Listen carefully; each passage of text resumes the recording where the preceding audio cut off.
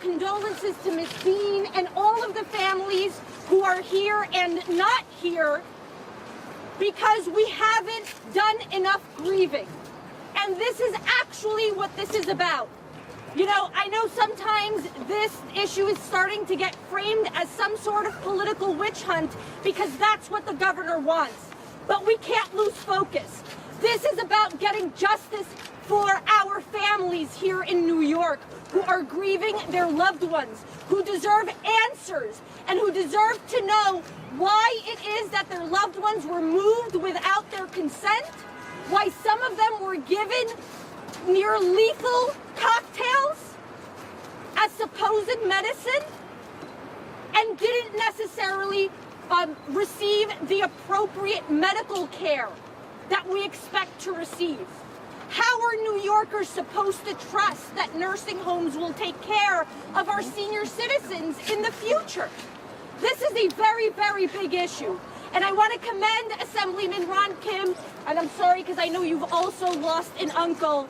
I want to commend Assemblyman Ron Kim for standing up and calling not only for the return of these campaign donations, but for complete transparency when it comes to the communication between the second floor, the governor's office, and any and all hospital and nursing homes.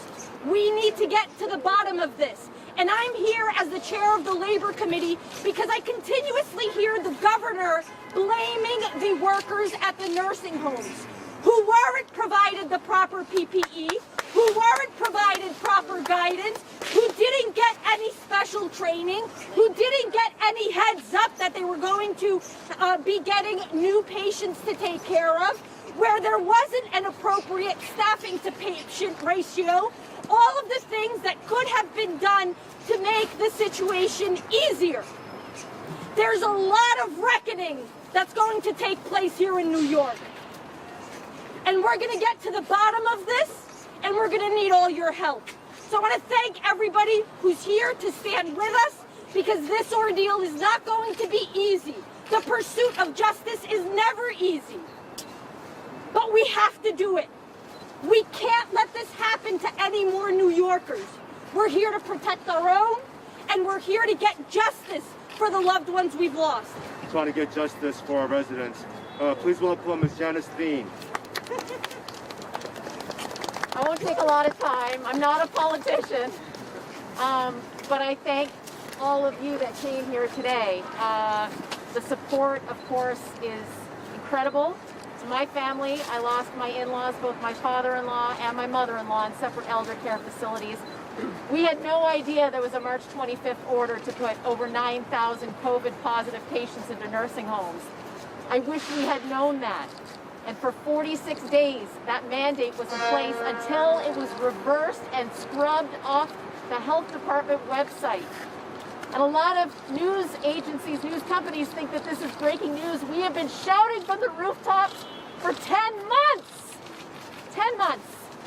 And I have yet to hear this governor say in front of a microphone, I am sorry for your loss. That would have been a good start. This is not about politics. It's not about Republican or Democrat. It's about what's right and what's wrong. And that's why we're here today. The governor has blamed everyone except the man that signed the mandate. Everyone except the man that has been covering up the numbers.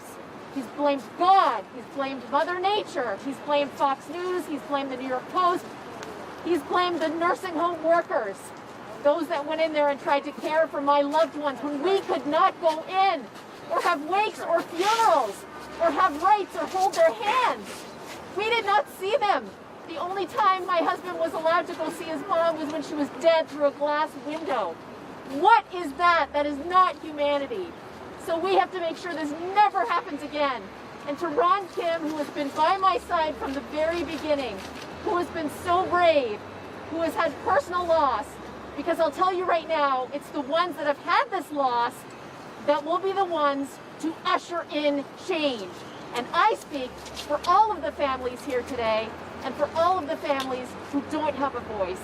We are grateful for your support, and we will not stop even when these cameras shut down. I will always carry my mother in my heart. but I have a piece of her here today to let you know that we have been fighting since we received her ashes, not just for my mother, but for the thousands of seniors that have died in our nursing homes and that those that have died as of Cuomo's strict isolation policies. Everyone forgets that the seniors have been dying for the past 10 months, and some of them not of COVID, but of isolation, loneliness, depression, and failure to thrive. If we should count those numbers, they would be astronomical. The travesty that has happened to our seniors this whole time.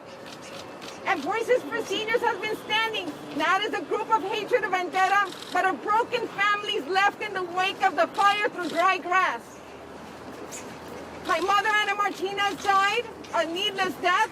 On the way here, I heard that Governor Cuomo said, and if this is true, it's just an addition of who he has blamed. He has said that the family should not have left the seniors in the nursing home.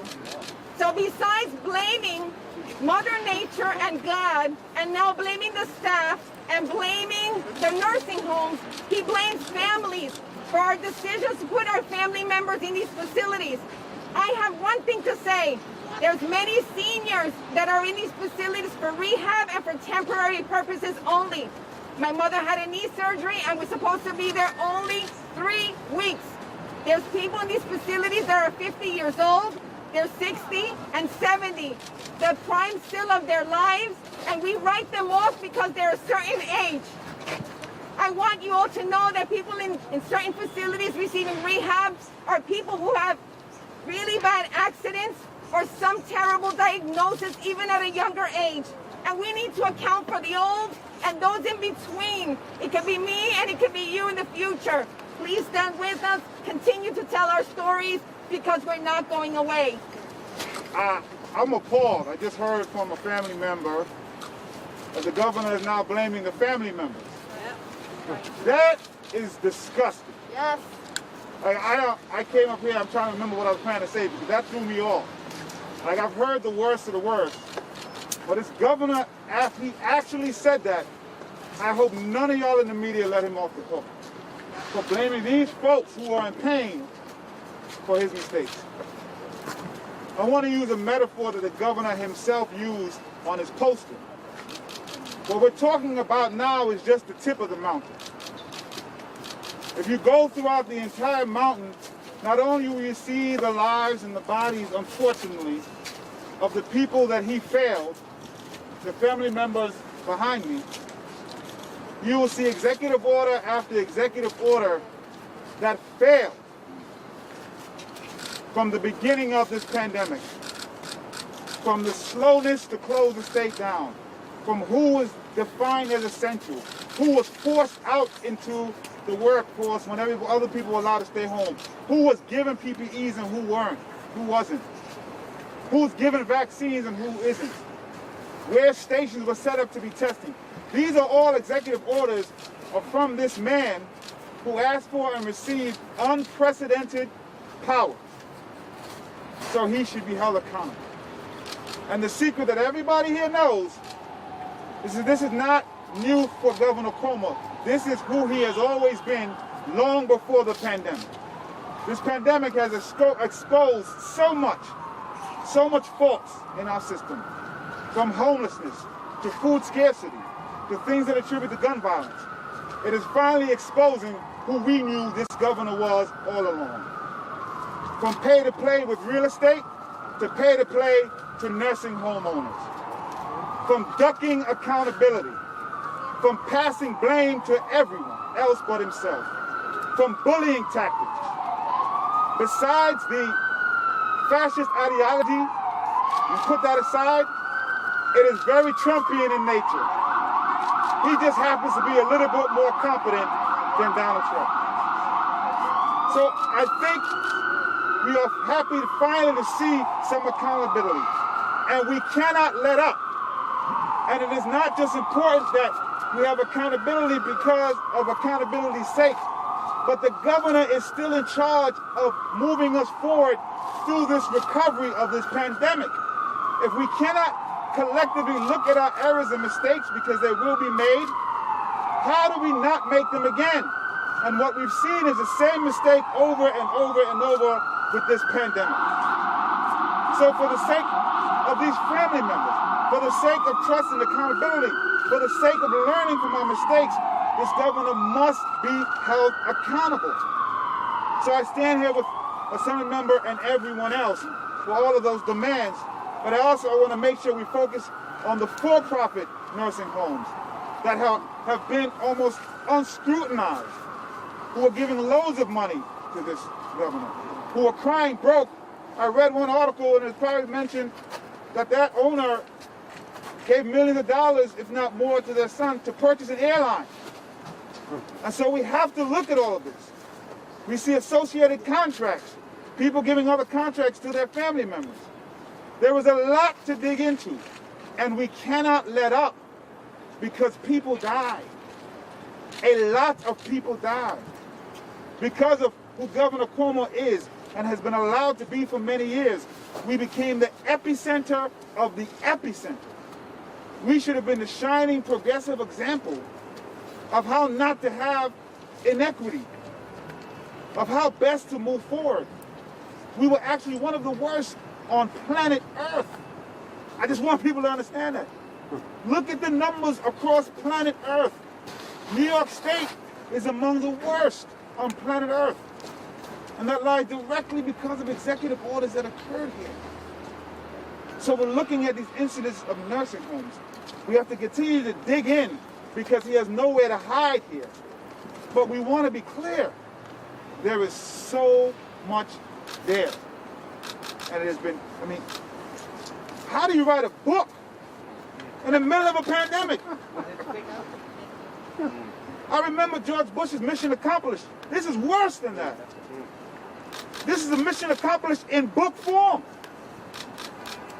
Leadership during a crisis, getting an Emmy, and people are dying.